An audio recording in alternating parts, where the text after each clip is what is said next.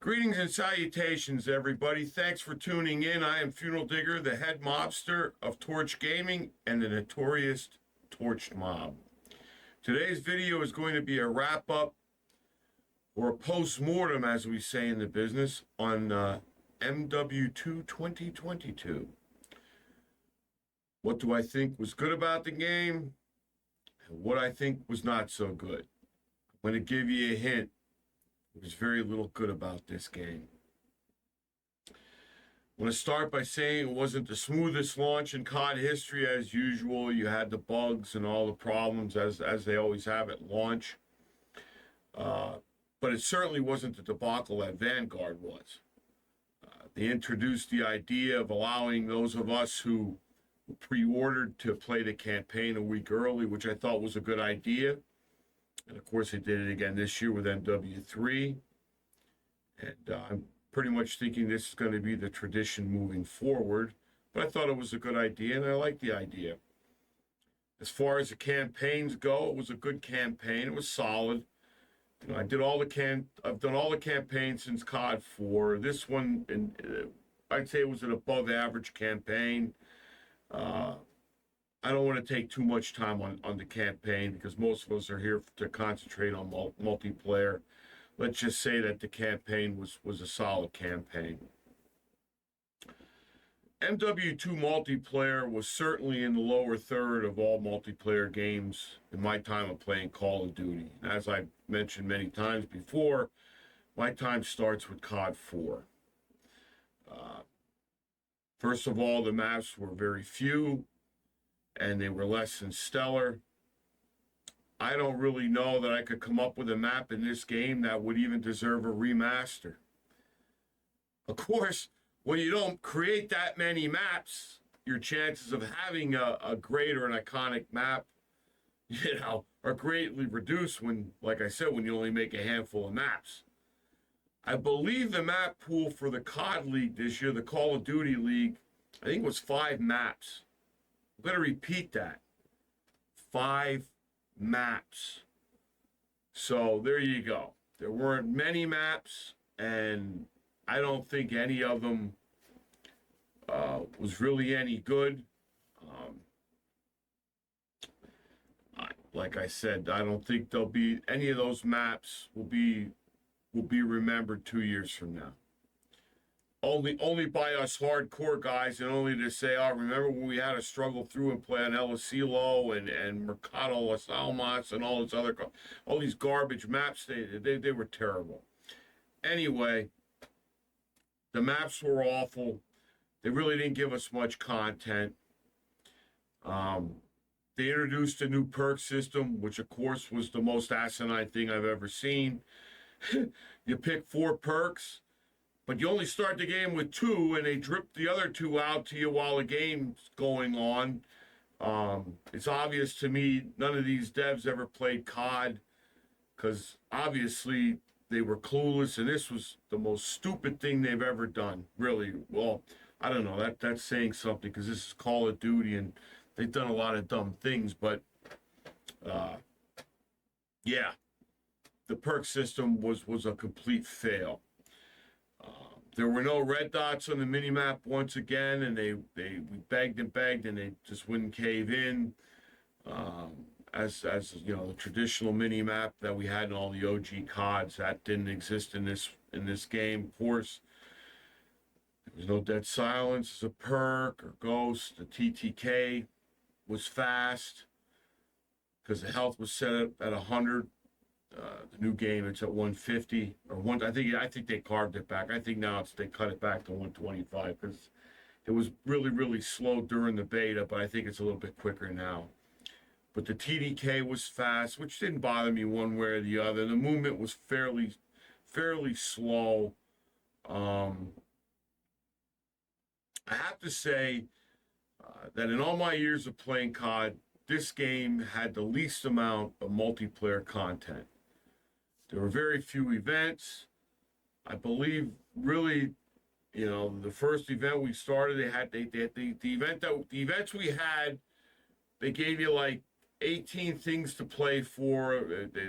Tokens, you collected tokens after you killed people, and they had an assortment of charms and stickers, and I think you got a couple of gun variants and maybe a camo. The last event they had was the haunting event, which may have been the best one as far as content-wise. You collected souls, and they had a couple of blueprints there, and actually had a good camo. They had the ghoulie camo, which is probably the best camo in the game, but of course that came at the very end of the game's life cycle, and that was too little or too late for me. I mean, the UI in the game was horrible. The interface to move around. I mean, I don't know what these people are thinking. The new one is just as bad. I'm going to be doing an MW3 video next, an introduction video. But the UI in this game was terrible. As I mentioned, the game lacked content unless you played Warzone, as the content to be earned through events was either through raids or Warzone. So the paying customer, the guys like me and you that paid $70 or $100 for the game, we got shit. We got all the secondary content. They just ran us out with these collect token nonsense, and they gave you some things, or or they had some events where you got so many kills with this gun, so many kills with that gun, and then they gave you some bullshit thing at the end of that too. It was really, really horrible. The content that they gave us and the lack of events in this game, this probably was the worst ever. I'll also be making a future video exclusively on the topic I'm going to mention now. This game was littered with hackers and cheaters. So that hampered the experience as well. I mean, overall, really, this game just wasn't fun to play. You booted up, you were in skill-based matchmaking hell. The lobbies were disbanding. Nothing's really changed since Modern Warfare 2019. So you got the disbanding lobbies. You've got the skill-based matchmaking, which in this game here, 2022 Modern Warfare 2 was the worst up until then. So you had, not only did you have to worry about the disbanding lobbies, so you had to wait. You got into a game, then the game's over, and you're waiting forever to get back into a game. Then you had to deal with the skill-based matchmaking. So every game's $1 million tournament. I'm here with a golf towel here to wipe my hands down after a game, and my controller down so I don't get electrocuted. You had to deal with that. And I use gamer grip yet, so I mean so you have all that to deal with, and the game just wasn't a fun experience. I'm glad to see that the game's over, that we're moved on to the new game. All I can say is it really was a big disappointment to me.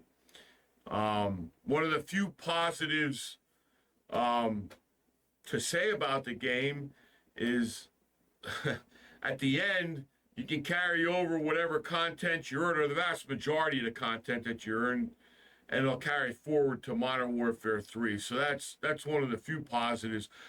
Again, what little content that was available to you on the multiplayer side. As I said, we paid $70 or $100 for the game to subsidize the free-to-play Warzone and Raid crowd because they got all the content. It seemed like this game was created for the simple fact is they were just trying to promote bundles and sell bundles. And that seemed to me what the whole focus on the multiplayer side was. Then they introduced some or should say, pay to win things into these bundles for the raids or whatever other nonsense on the Boar Zone end of this. So yeah, I'm happy to see the end of MW2. Probably the last thing I want to say is, for the most part, as I mentioned earlier, the game's a terrible disappointment. And as far as I'm concerned, it's going to go down as one of the most forgettable CODs in franchise history. It was just a terrible game. And really, the franchise didn't need this after what Vanguard was. So we had Vanguard, and Vanguard turned into this game here, I really had high hopes for. And it certainly was a big letdown. Anyway, ladies and gentlemen, this wraps up my video for today on MW2 2022, the final thoughts and the post-mortem. Curious to know what you all think about the game. What do you all think about MW2? Let me know in the comments section. I promise I'll respond to each one of your comments, because I'm curious to know what all of you folks have to say and what maybe disappointed you the most. I also want to thank all of you for watching. I ask you please subscribe, hit the notification bell, and the like button. Leave a message again. I always love to hear what you all have to say, and I respond. And once again, I am the FuneralDigger. This is Torch Gaming, and you all are the infamous Torch Mob. As always, the Torch Mob makes them eat the crap.